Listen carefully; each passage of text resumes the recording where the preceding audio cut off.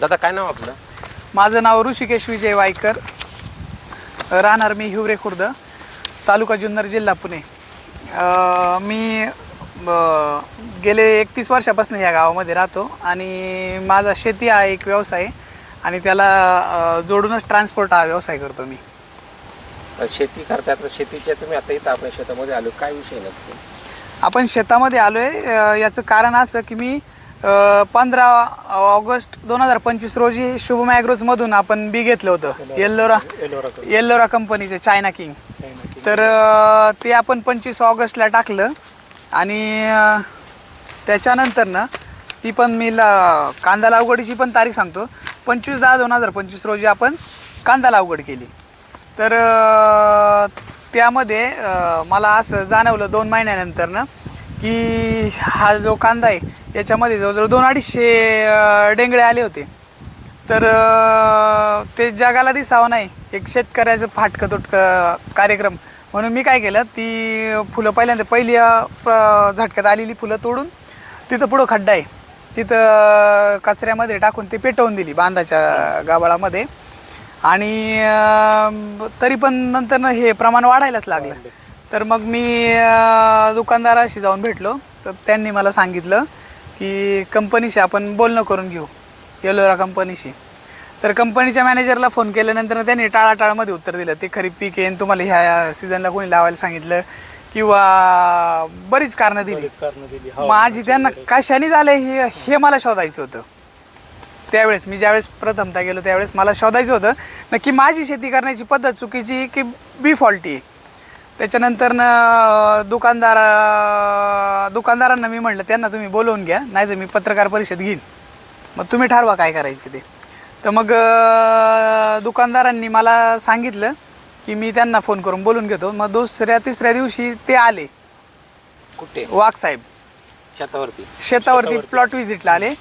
तर शुभम ॲग्रोजचे मॅनेजर आणि वाघसाहेब येल्लोरा कंपनीचे मॅनेजर ते दोघंजण आल्यानंतर त्यांना दाखवलं.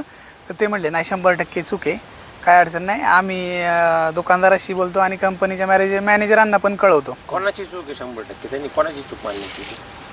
त्यांनी बियाणीची चूक मान्य केली ना. आता या संदर्भात तुम्ही अजून कोणाकडे दाद मागितली? या संदर्भात मी आता हा अर्ज दिला मी 1 तारखेला. हा जो अर्ज आहे हा मी 1 तारखेला दिला आहे जुन्नर या ठिकाणी कृषी अधिकाऱ्यांना. तर कृषी अधिकाऱ्यांना अर्ज द्यायच्या आधी त्यांनी 15 दिवस मला असंच गोळवलं, आम्ही येतो बघतो करतो. आणि नंतर 1 तारखेला मी तिथं गेल्यानंतर ते मला म्हणले तुम्ही एक काम करा, तुमची तक्रार लेखी स्वरूपात द्या. म्हणलं चालेल, देतो, काही प्रॉब्लेम नाही. मग त्यांना बिल ओरिजिनल बिलाची झेरॉक्स कॉपी मारून त्यांना तिथं मी सबमिट केली. ते जे बिल खरेदी केले ते किती तारखेचं आहे? कोणाच्या दुकानदाराचं? हे जे बिल आहे ते शुभम ॲग्रोज ओतूर या ठिकाणचं बिल आहे. त्याचे ओनर प्रवीण तांबे. आता याच्यानंतर तुम्ही कृषी अधिकाऱ्यांकडे गेले, कृषी अधिकाऱ्यांनी या भागात तुमच्या शेतात व्हिजिट केली का, भेट दिली? नाही, कृषी अधिकाऱ्यांनी माझ्याशी भेट नाही दिली.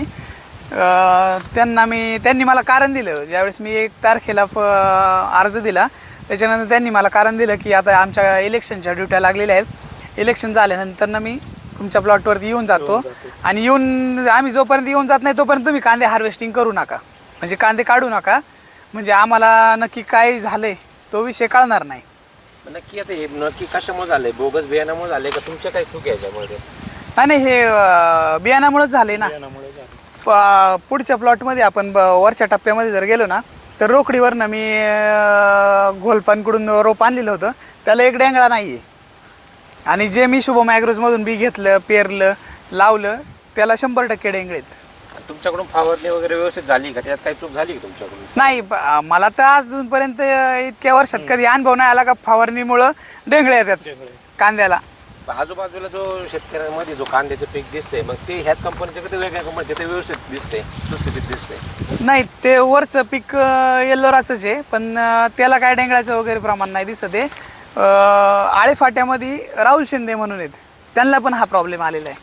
ह्या भागातल्या अजून शेतकऱ्यांना हो, अजून 5-6 शेतकरी आहेत तालुक्यात. एकंदरीत तुमची मागणी काय?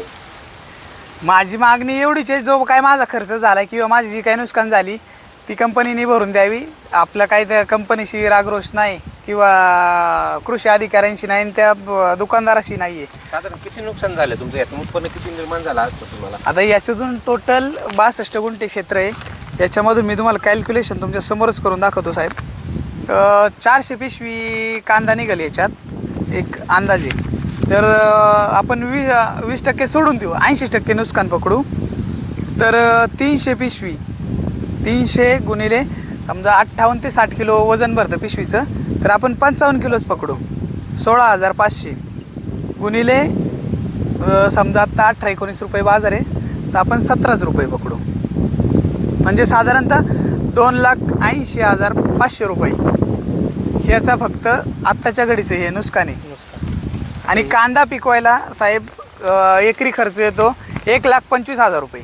आतापर्यंत तुम्ही या उत्पन्नासाठी किती खर्च केले? फवारणी असेल, बियासाठी असेल, आतापर्यंत तुमचा साधारण लमसम अंदाजे किती खर्च झाला असेल?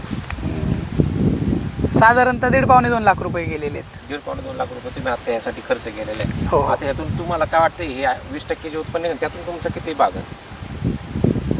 त्यातून भागन म्हणजे आपल्याला, मला तरी असं वाटतंय एक 60-70 हजार रुपये भेटतील.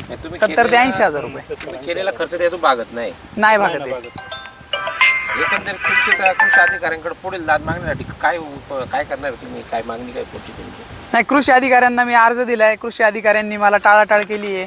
कृषी अधिकाऱ्यांनी मला सांगितलं आहे की आम्ही सोमवारी येऊन प्लॉटवरती जातो तुमच्या, पण सोमवारी येईपर्यंत इथं काही हे शिल्लकच राहणार नाही. हे वाळलेली जी पात आहे ना, तुम्हाला मी दाखवतो. कांदा उपटायला गेल्यानंतर ना हा कांदा उपटून आलाय, हे बघा, हे बघा. म्हणजे डेंगळ्याचं एक पट नुकसान. दुसरं नुकसान हे दुबाळके कांदा. आणि तिसरं नुकसान हे जर 2-3 दिवसामध्ये कांदे काढले नाही तर चांगल्या कांद्याचं पण नुकसान होणार आहे. आता साधारणतः जर ते दुकानदारांनी किंवा कृषी अधिकाऱ्यांनी तुमची मागणी मान्य नाही केली तर तुमची पुढची भूमिका काय असेल? मी सरळ कृषी अधिकाऱ्यांच्या नावाने आणि शुभम ॲग्रोज प्रवीण तांबेंच्या नावाने मी चिठ्ठी लिहून आत्महत्या करणार. या समोरच्या झाडांना आत्महत्या करणार, लांबसुद्धा कुठं जाणार नाही. ज्या ठिकाणी मला त्रास झाला आहे त्याच ठिकाणी मी आत्महत्या करणार.